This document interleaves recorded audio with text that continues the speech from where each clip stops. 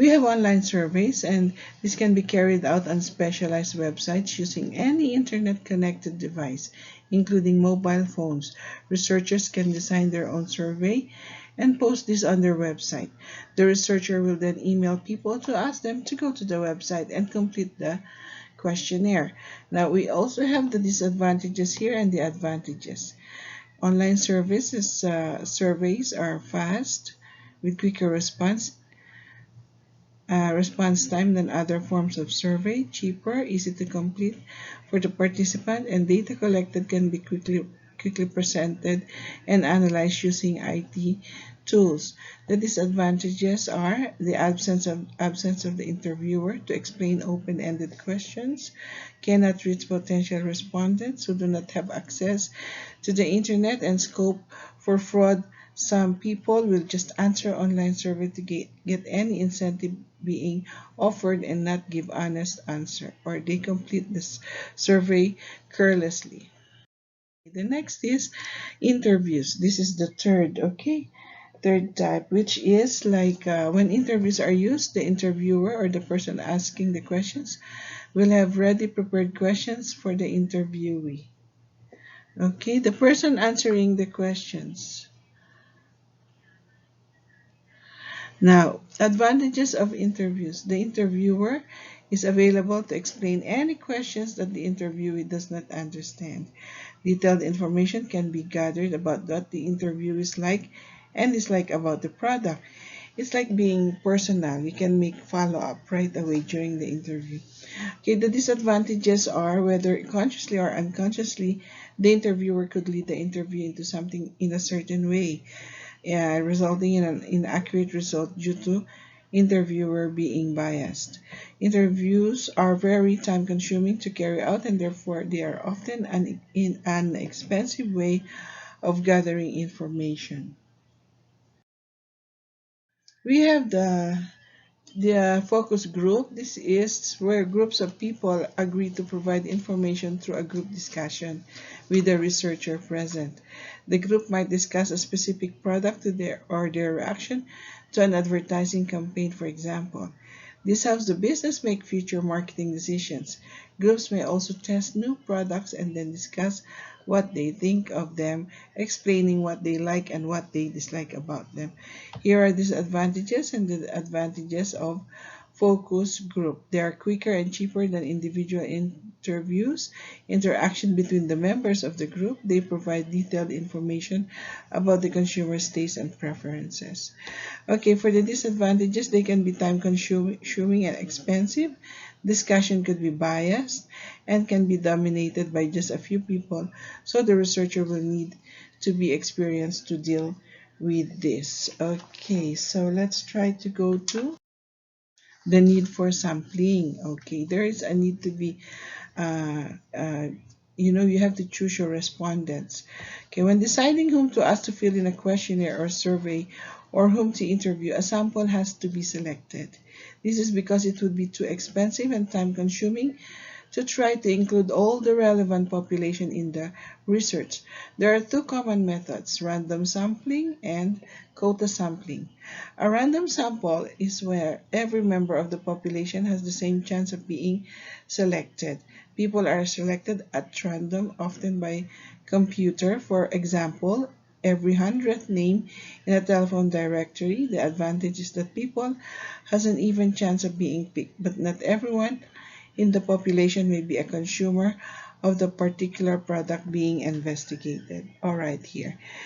Granting that you have this population, your prospects, and you'll just have to pick people at random. Okay, no particular order of choice. Now, for your quota sample, we have here the people selected on the basis of certain characteristics, for example, by age, by gender, or income. Researchers are given a quota. If they are carrying out street interviews, the researchers can choose whom to interview, providing they ask a certain number of people with particular characteristics. For example, they may be required to interview 20 people from the age group 10 to 25 years old, 30 people from the age group 26 to 45 years old, and 20 people from the age group 46 to 60. The researchers can then find out the views of these specific groups. So we have here the population, and if the choice is like selecting male respondents 50 years old and above, then it would appear to be like this, perhaps only for respondents from this group. Okay, so let's see. Activity 11.2 is like the following products here require some primary research. We'll decide which type of research would be the most appropriate to use for each and why. Let's take, for example, the possible success of a new chocolate bar. Okay, new chocolate bar. Consumer panels to test product and ask about the taste. The business would be interested to know if customers like the taste, and this will get qualitative information, the quality, about what consumers think. B, whether to introduce a new style of watch which uses fashionable bright colors. New style of watch, we need questionnaires to see what people think about the colors of the watches and to see what colors people see as fashionable. A quota sample could be used to ask mainly younger people if they are seen as the target population. C, whether to extend an existing taxi service to cover a new town. Extend taxi service, well, it needs or requires possibly questionnaires to find out who might use the extended service. D, the feasibility of opening a new restaurant. Okay, questionnaires could cover a wide selection of the local population. Letter E, why the sales of a sports shoe are falling.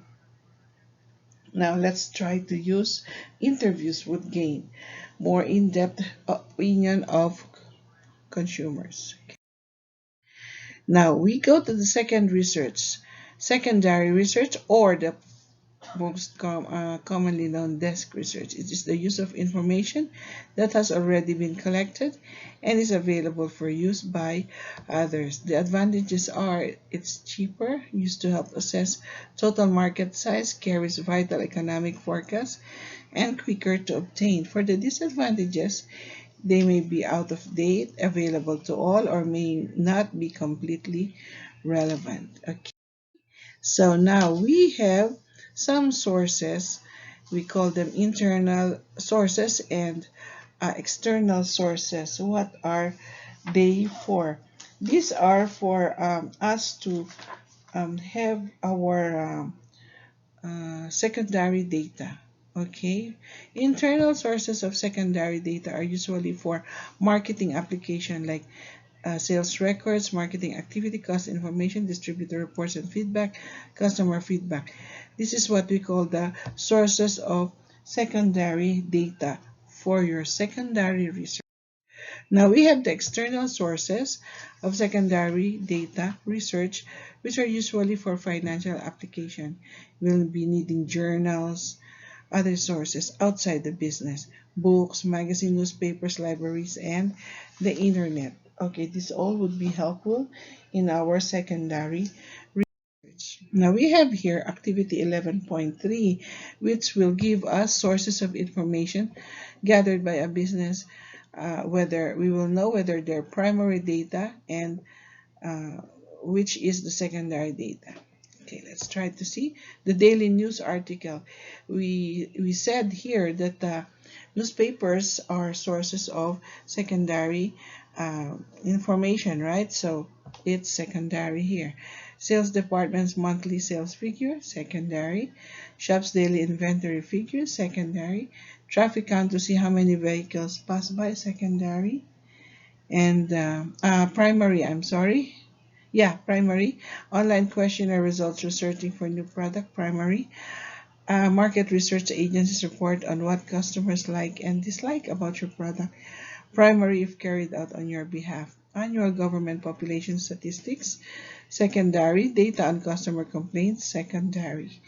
Okay, so there you go for our activity 11.3. We have a case study that follows. Okay, this the case is here. It's for you to read. It's found in your textbook, page 149, and the activity is here. Only one question: what other research would you